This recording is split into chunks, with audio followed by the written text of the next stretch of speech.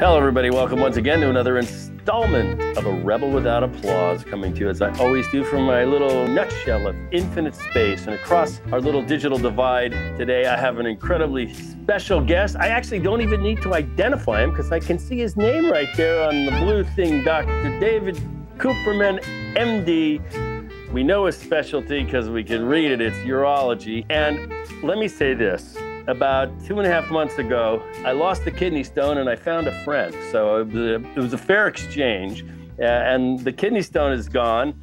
And Dr. Kuppermann is here to talk about his life, his practice, his interesting background. Welcome to A Rebel Without Applause. So pleased to have you here. Thanks so much, Bill. I'm looking forward to an interesting conversation. An interesting conversation starts with an interesting background, and I'll just start first with my own story in relation to you. As I just alluded to, at the very end of the beginning of August, rather, I was completely nailed by what turned out to be a kidney stone. I found myself in the emergency room at Cedars after a pleasant 5-hour wait in the waiting room at around 4 a.m. after a CAT scan. I had the pleasure of meeting Dr. Dave, as I guess you were making the rounds or you got summons down, but there you were and you advised me of my situation. And actually, not only you advised me of the situation, but you guided me through the process until you extracted it benevolently, I guess was about 5 weeks later. So Yep. And to answer your question, no, I wasn't doing rounds. I was summoned to you at 4 a.m. The best way to meet your best friends are at 4 a.m. So you're just lying in bed.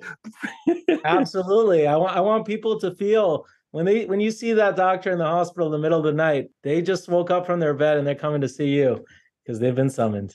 That, puts you in the absolute heroic mode because I didn't know. I had no clue. There you were, and it was so early in the morning, and I was on morphine at the time. And it began a process that clearly was a painful one. But at this moment, I've been able to really appreciate the pleasure of pain-free urination in a way that I never could have a few months ago. Just to feel the just clean passage of my basic biological functions is a joy in and of itself. So thank you for that. Oh, you're very welcome. Absolutely. I think we kind of take for granted these incredible systems that make our body work. Clearly, urology and kidneys and waste elimination, whatever it is critical. And I mean, if it hiccups just for a minute, our life can turn to agony in a heartbeat. Absolutely. And that's part of the reason really that I decided to become a urologist, beyond the fact that I observed my first surgery, when I was 8 days old, and I knew, that was that, right, with the mole standing right there. I said, I want to be doing what you're doing. But the mole. Okay. Yeah, right. Got it. Yeah. No, but in all seriousness, it's really a field where, you see people at their worst. But fortunately, it's the kind of pain that with treatment can really be relieved. And unlike certain maladies and illnesses where, even when treated, you're not really going back to your baseline and doing great. Certain cases within urology, whether it be it a kidney stone, which is tremendously painful, or urinary retention, the inability to pee, which is tremendously painful, you can really make an impact and get people who didn't even know that they were in such a bad situation, get them back. And they're different people when you see them after these intervention, after these medications, after these surgeries. And so you're really going from like a really bad place, but you're coming back to an even better place. And not all fields of medicine or in general, do you get to do that. It's other fields are rewarding in other ways. But certainly within urology, that's one of the things that certainly drew me to this. And beyond the long-lasting relationships with patients is that ability to get people beyond just feeling better, but better than the baseline that they were before you even met.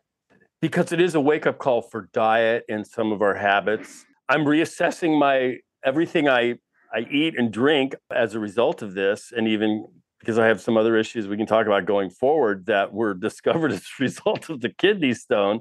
But it is a kind of a wake up call. I'm 67 and right now I'm as old as I've ever been. I've no experience at this age, and alternatively, I'm as young as I'll ever be. So it's a balancing act. So you picked urology because you were inspired from your very first surgery, which was your circumcision.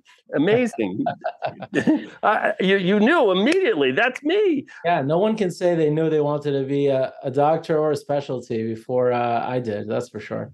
People, one of the big words in our culture today is people getting over trauma, PTSD. And I still tell people I'm still getting over my circumcision. Once I get past that, I can deal with all the shit that happened in high school. But until then, I'm still working through. I'm still working through that incredible event for which I was not consulted. I didn't sign off on. Every other surgical situation, including the last one, which I had with you, I had to sign off and make. There was no. Yeah. Well, you were under 18. Parents sign off on that. Yeah, I was under 18. I think I was under 8 days. I'm not sure, but yeah.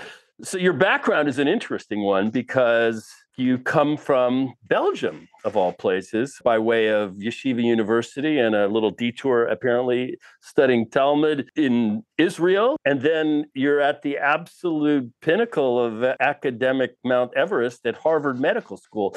So I'm just curious what your life was like in Belgium. It was really great. I grew up in Belgium. It was a great place to grow up. And with some added benefits, there's so many cultural aspects to Belgium. So it's a country, it's a little country, but it actually has three cultural divides, speaking different languages. You have the Flemish speaking part, the French speaking part, the German speaking part. And so I'm fortunate already, just by virtue of being born, to be able to speak those three languages, and then getting a little bit of Hebrew from schooling, and then some Yiddish from the grandparents. And so between all those languages, a lot of people have to do a lot of Duolingo for that. But fortunately, for me, that was just given to me just by virtue of being born in a certain place. And schooling was great. And ultimately, after high school, I decided to pursue 2 years studying Talmud and Jewish thought in Israel, which certainly was advantageous to me in the way I think, critical thinking aspects of that. Like you said, through New York, initially thinking I wanted to be an engineer because I'm a little bit of a problem solver, but ended up with the medicine bug. Then I went to Boston, absolutely loved Boston, spent 5 years at Harvard Medical School, which led into my residency in general surgery and then urology at Mass General Hospital, which is also in Boston. Right. To my fellowship here at UCLA. So it's been quite the ride for sure. First, let's go back to the Jewish community in Belgium, which by all rights is probably begins with the arrival of the Roman Empire and the Roman legions. And my mother was born in Berlin, and her family on my mother's side, is from Germany. And I was reading about how the Jewish wine merchants were servicing the Roman legions all the way into I guess, what is today Germany, and now the Low Countries, of which Belgium is one of them. In fact, Belgium, they were the Gauls, right? And they were those who withstood Julius Caesar and the Romans. But that's for a different time. But no, after the Holocaust, there was an increase in the Jewish community in Belgium from people who left Germany and Poland as a result of the Holocaust afterwards. My grandparents being one of those people. It's initially a thriving community, now a little less so. Due to the unfortunately rising anti-Semitism in Belgium and in Europe as a whole.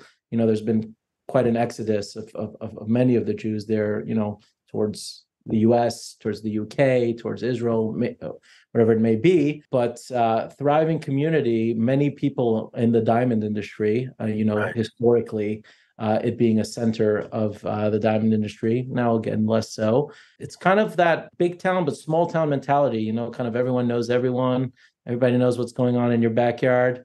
It was a very nice place to grow up, and I'm very fortunate. And you see the specter of anti-Semitism in Belgium is forcing people to pack up and split. Is that because of native Belgium resentment? Is that because of an influx of immigration from the Middle East? Where do you think that's? I think it's a combination. Honestly, I think it's a combination. One thing that I while it's still a problem in the US sometimes too, as you may very well know, the fact that this is such a cultural melting pot, especially here in California, that's something that's very nice. We have people from all different cultures. There's no real one culture. If everyone did a genetic ancestry test here, we're pretty much all related somehow here. So that's kind of nice.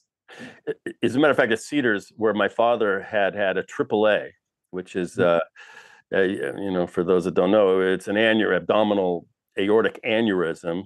And he's had a number of little corrective procedures as a result of that, mostly at Cedars. And it's like the United Nations converged on my father. It's the Filipino nurse, the Iranian cardiologist, the Indian. No, absolutely. It's like fantastic. Absolutely. And that's what I love about it. Absolutely. I read where one of the more famous Jewish people from Belgium is Jean-Claude Van Damme, or at least from a Jewish family. Am I just off base with that, or is that crazy? I don't think he's Jewish, but yes, he is one of the more famous. I read somewhere important Jews from Belgium, and it says Jean-Claude Van Damme. He doesn't strike me as Jewish, especially with the Van in the middle of his name. But I don't know. You'd be teaching me something new. Not that I know of, at least, but could be true. It kind of, in the American geographical consciousness, which is extremely ignorant, people like Belgium, was it Holland, or what, Anne Frank, it all sort of mixes into one, but there is some cultural and racial identity differentiation amongst these various cultures. 100%. Yes, not only in language and dialect and culture and food. It's like saying California is the same as Texas. Very different. And so you went to Israel to study Talmud. That would seem to put you more on a track towards maybe being in the legal profession, where you're parsing and debating laws and stuff. But you're right about that. That being said, Talmud is a kind of book that allows you to break concepts into elements. And I think that's useful for anything, not only for law, which is the obvious way to go, but in medicine as well. We're constantly problem solving and taking things back to their elements. And, whether I'm operating and have to think about multiple ways of approaching a problem, or I'm seeing a patient and thinking about, well, he's got this problem, but he's got that problem. How do I reconcile these things? How do I best treat this patient? Those skills and that way of thinking certainly has helped me throughout my career. So it creates sort of an intellectual discipline of problem solving. Right. And the rigor, people who go and do this and study, they're spending many hours of the day doing this. And so that certainly prepared me for medical school, just being able to sit down with my textbooks, have the discipline to just, or as they say in Yiddish, the Sitzfleisch, which means basically the meat of sitting, essentially. Oh, Sitzfleisch, Sitzen und Fleisch. Zwei Worte. Yes. Zusammen gemacht, Sitzfleisch. Ich verstehe. Exactly. Keine Problem. Exactly. There you go. I forgot about your German origins. Well, actually, I learned on my own because I fell in love with some German exchange student, and I decided I would impress her and learn German because I never heard a word of it growing up. And certainly my mother, who was a baby refugee from Berlin, she was very anxious to assimilate, and be, especially coming here, in the shadow of World War II, anything associated with being German, even if you were Jewish, a lot of people might not make that distinction in, middle-class America. So my mom kind of avoided it. Having said that, she went to Berlin a few years back, and I decided I would meet her there because this is her hometown, and I felt she has every right to her hometown as any other German person, even though she doesn't feel comfortable or necessarily welcome there. So I went and met her and surprised her at the breakfast table at the Adlon Hotel, which is a very famous hotel right near the Brandenburg Gate, because I feel like Jewish history there, I'm entitled to it just as much as anybody else. It's, I don't agree with National Socialism and Hitler. So yeah, I have a stake in that culture and that history, and it precedes the Third Reich by hundreds and hundreds of years. So I felt like embrace that. And maybe there's a larger lesson or a larger arc of history that can also be honored. I was just thinking, so like Belgium, I think the Belgian people, some of them came to the aid of the Jews in Belgium during World War II. Some did, like in any country, both in France, in Holland, and Belgium, there were those righteous people, and it's not an easy task, to do that when you're under fire yourself and at risk yourself. But there were extraordinary people in these different places during extraordinary times.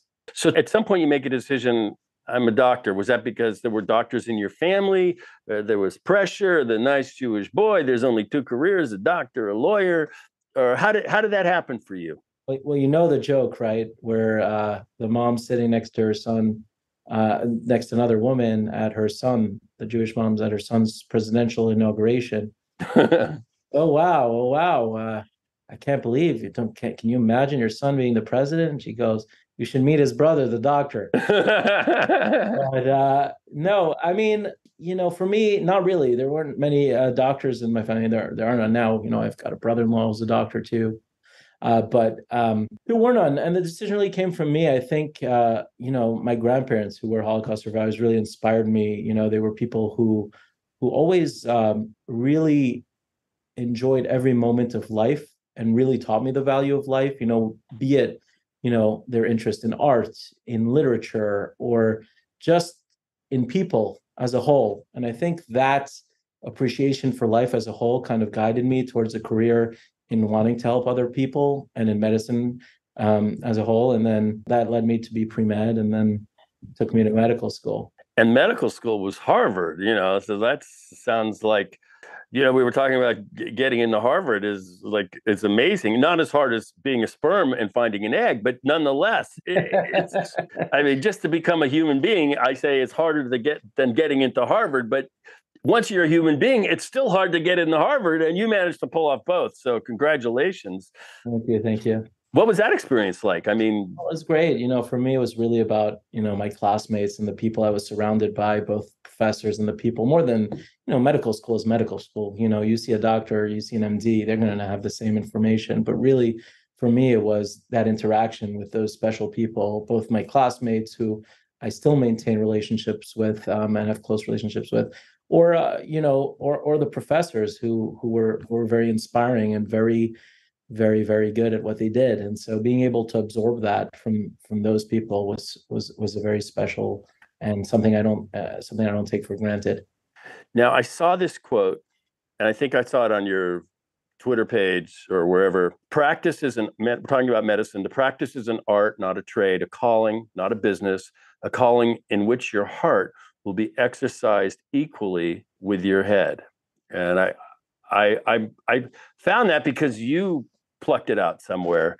So that means it's the most idealistic of callings for you. Yeah, it is. It really is. I mean, I think certainly, as much as the press has you think that, doctors are making too much money and this and that, and because the financial reward of being a doctor is not what it used to be. I can tell you that. Right. And if you're doing it and you're going through those years of training and the hours and waking up at 4 a.m. to go to the hospital and doing that and not on a weekly basis, not on a daily basis. Sometimes, you're really doing it because you feel that calling. And if you don't, then it's not the right field for you if your goals are something else than that. Well, when my grandparents came to this country, they converted from Judaism to capitalism, and they've been extremely observant ever since. And growing up, as I did in the San Fernando Valley, there was an expectation of people of my age that if you made it to become a doctor, that you were entitled to be a very rich person. And that was just built into the whole expectation, as I recall. I think it's different now, I mean, for a lot of reasons. Absolutely. One of the things about the medical world today, if I sprain my ankle, I see the podiatrist. If my ear aches, I got to go to the ear, nose, and throat. The ear, nose, and throat sends me to the ear guy because he doesn't want to deal. He's just more of a nose and throat guy. All the specialization. There's all these systems.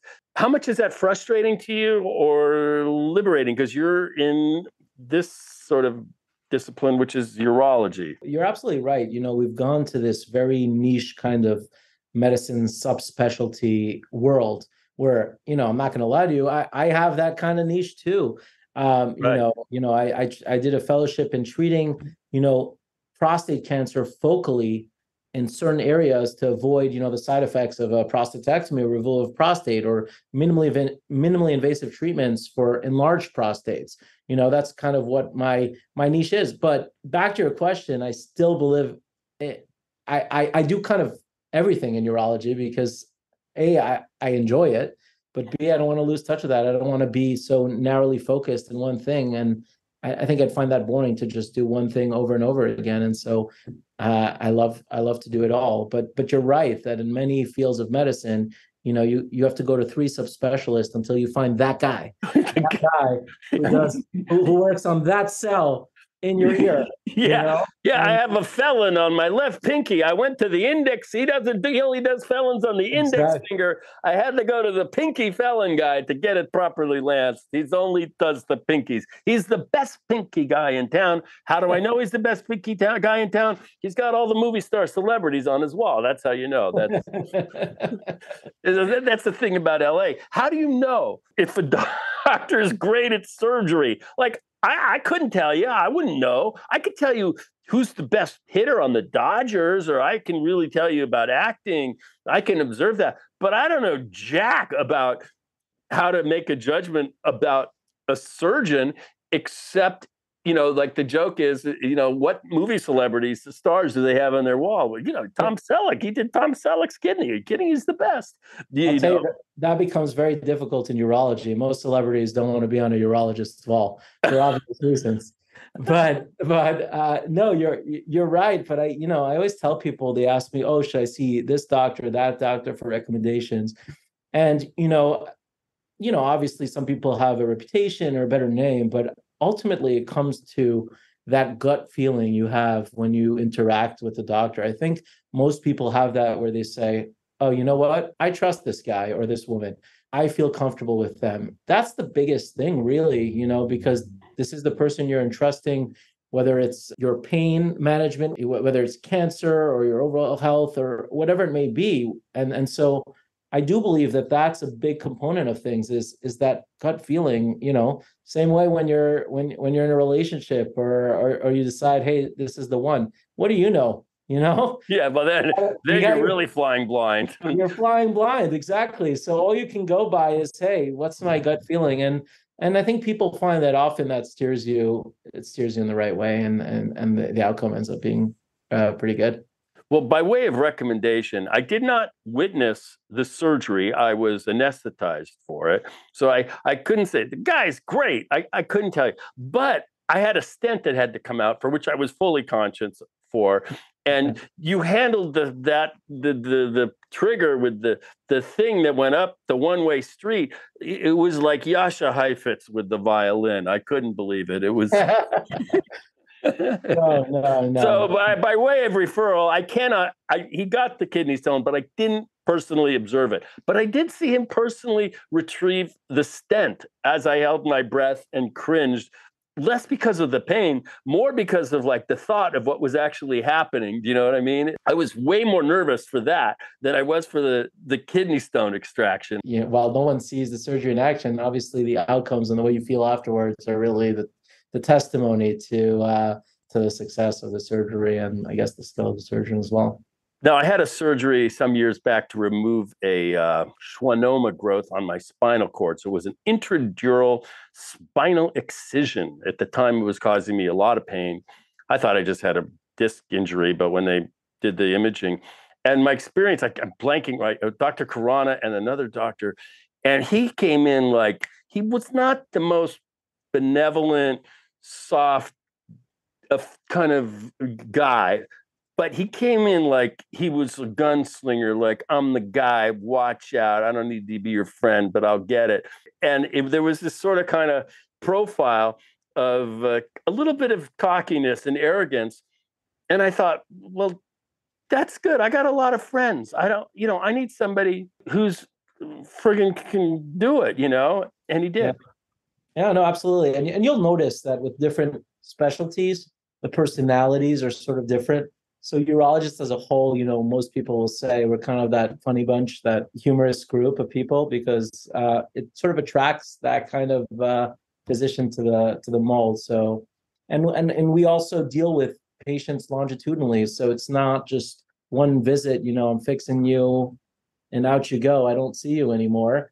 It's more like, well, we got to manage this. There's some chronic issues. And so, similar to your primary care physician or other physicians that manage more chronic problems, we develop relationships with our patients. And so, more of a pleasant bedside manner becomes more important and kind of attracts those kinds of people to our field.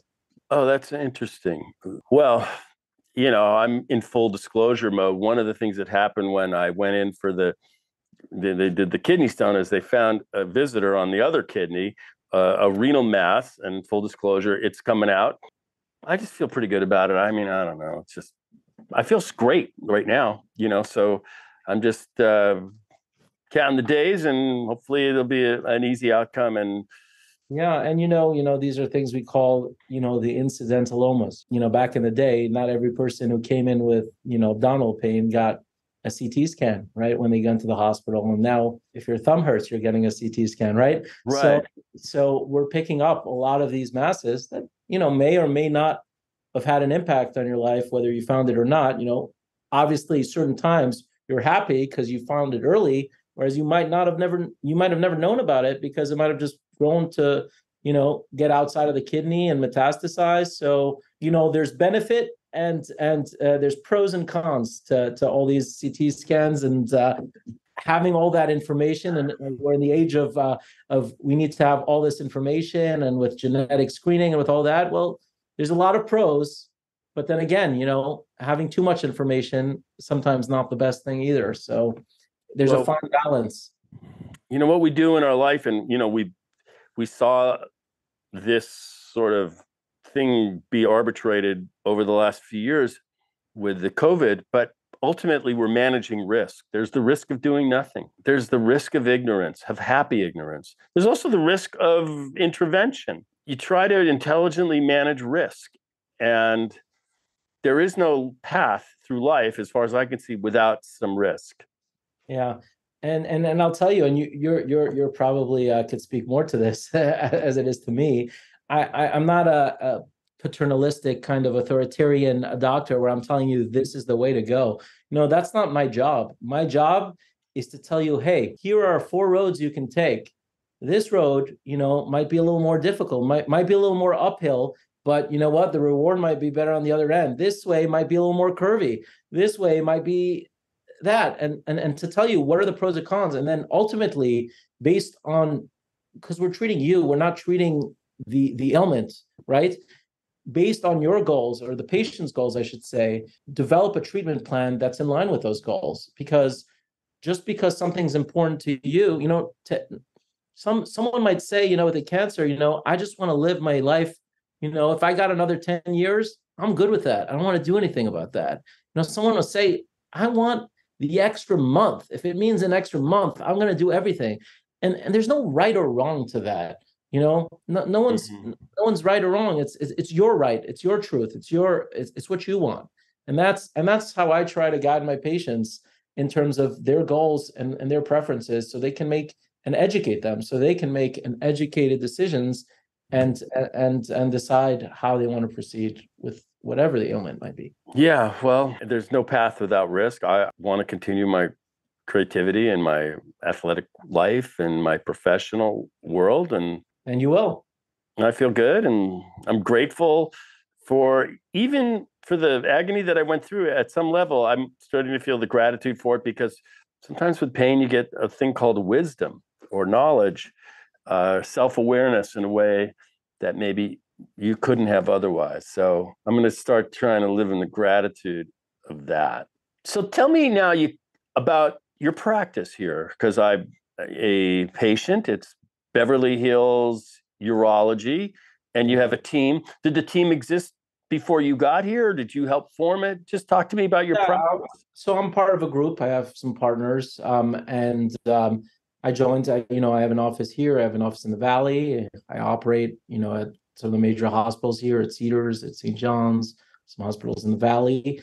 And no, the team is great. We have a wonderful receptionist, up to the MAs, up to the nurses, schedulers. You got to train your staff to do things the way you want it to be done so that things are efficient for both you and for the patient. And I think we've managed to do that in a very good way. I mean, you could speak to the results and the efficiency and how you feel about it, but certainly I'm very much available to my patients to get them through the process and through whatever the needs may be. Well, you were. I mean, after I met you, and I got released, first of all, I didn't really know that much about kidney stones. I thought, okay, I got a kidney stone. All right, like, what are we going to do? I'm going to zap it, get it out? No, you're going to wait a month.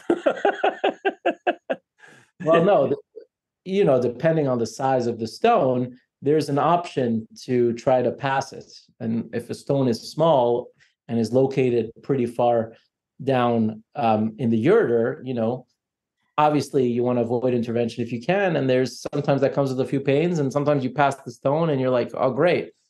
And sometimes right. you don't. And I didn't.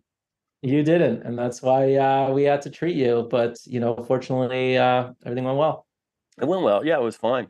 I mean, literally that day, I knew I was better right away. So, I mean, there must be a dimension to, okay, you're practicing your craft, your art, and you're treating, as the Maimonides quote loosely says, the whole person, not just the urinary tract or whatever, the prostate. But it seems like there's another dimension to running a medical practice, and that's business. Yeah, fortunately, we have office managers to take care of that aspect. You notice I really don't think about that aspect of things when I treat the patients.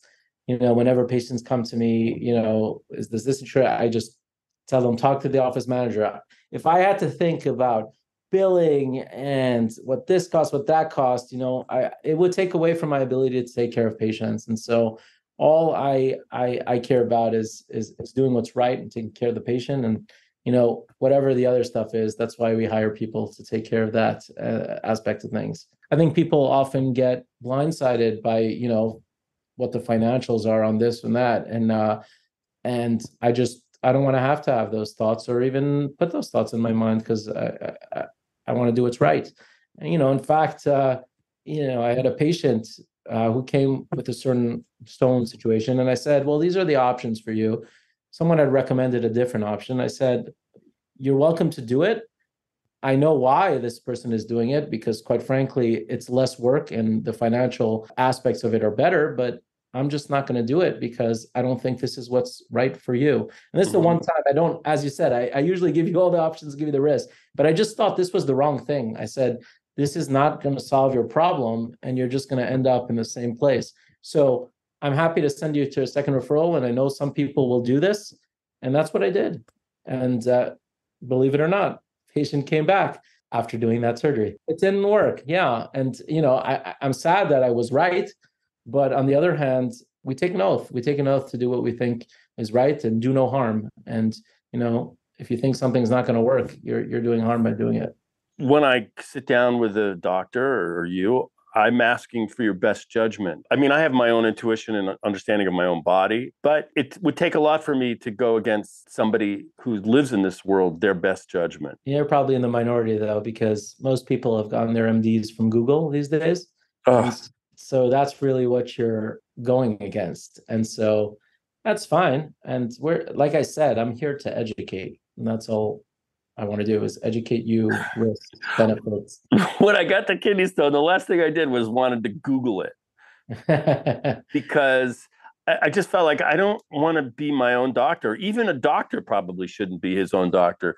I just want to say to whoever's watching or listening that I wrote a review and I hope you read it. I've had really just a wonderful experience with you, albeit a painful one and an eye-opening one. But I really value you as a person. I so appreciate, some really critical moments where I thought I was going to pass out. I was in so much pain and I left a message. What the hell do I? And you called me back. That was meaningful. It didn't make the pain go away at the moment, but. You're saying my soothing voice doesn't soothe the pain? No, it's just kind of like, okay, he cares. He's watching. I mean, the thing about kidney stones, I mean, I'm not telling you, but it's very painful and you can't necessarily make it go away in the short term. It's, I think some of these meds are a little bit, depending on how severe it is, I mean, they're limiting about, how and I was cautious to take them anyway because of. And the thing with renal colic or kidney stone pain is that it can come and go. So you could be fine for a couple days, and then that stone can move a little bit, and then you're back there for a little bit. So it's a managing game. And when you choose that path of trying to pass the stone, if possible, that's the con of trying to see if it'll pass. You got to deal through those pains sometimes. Yeah, and when I was feeling good, I went out to Malibu and I was surfing, and I'm like hanging 5 off the lip in Malibu, and then I'm driving home and I went, oh. And so, I just learned to deal with it. Yeah, you were telling me your strainer became your best friend. Oh, yeah, I was living with my strainer. I was thinking of having it made into some sort of jewelry, as like, around my neck with some embedded with maybe some of your Belgian diamond family friends. I don't know. A diamond encrusted strainer. And God forbid I need it again, in the future. A great idea for a startup. Yeah. Retire your strainer. Well, it was like, I was attached to that thing, and I don't think I missed a drop, but I didn't see a stone. I never saw it. I could never tell if it was moving or it was close. It just sort of, as you said, that in all likelihood, because you went and got the damn thing, that it probably wasn't going anywhere in my own case. It was not. Yeah, so that's the way it goes. Dr. Dave, man, I hope this has been fun for you. I want to just give a wholehearted recommendation to Dr. David Kuppermann, which definitely has the low country kind of thing. I want to give my full recommendation to Dr. David Kuppermann for all your urological needs. And I'm hoping you're digging life here in La La Land. Yeah, it's been great so far. I get to meet people like you. What's better than that? Oh, okay. Well, I could think of some other things, but I know myself pretty well. It's not that great, but but no, I really appreciate, that you looked after me. And like I said, I do have another chapter left in this kidney journey. So hopefully it'll just, sometimes you just have to be brave in life and just like, fuck it, I'll get through this, whatever. I have full confidence. Okay, great. Well, I have confidence in you. Is there anything else that maybe I didn't touch on that you want to share? I just want to make sure, Movember is coming up and Men's Health Month. And one thing I always tell people is get screened for prostate cancer. If you're 45 to 50 years old, or sometimes if you have a family history, even earlier at 40, get your PSA. It saves lives. If you're young, get a testicular examine your own testicles. I do every morning, generally between 6:30 and 8. I do a rigorous takes you an hour and a half, doesn't program. I'm doing a rigorous testing program. But whatever it may be, this is important, and these are things that can save lives. And when you don't do it, can be have serious consequences. So I hope that all your listeners here take that into account. And then just a plug for urologists in general, not just for me, there's a wide spectrum of things that urologists treat. And so we treat females for incontinence, for kidney stones. We treat males for whether you have any issues with your bladder, with your prostate, with your testicles, with your kidneys, infertility, anything it may be. There's a wide spectrum of things that we treat. And so I'm happy to see anybody who's near you, but just make sure that you take care of yourself, get screened, be proactive about your health, and things will be good. Preventative medicine is still the best medicine, right? Absolutely. Well, let's leave it with that, because that's the message for all of us, and nobody's immune to that and the risks of being human. So I want to say first, triple thanks to Dr. David Kuppermann by way of Belgium through Yeshiva University, rebounding off of Harvard and finding himself right here in the megalopolis of La La Land in Beverly Hills. He helped me through a gauntlet that I didn't anticipate, and I am feeling way better for it now. And actually today, probably the best I felt. And I'm so grateful for that. Folks, you're free to reach out to Dr. David if in need. And I can say without hesitation that he will be there for you, body, mind, and soul. So till next time, as I always say this, namaste, shalom, and aloha. By that I mean namaste, aloha, see ya.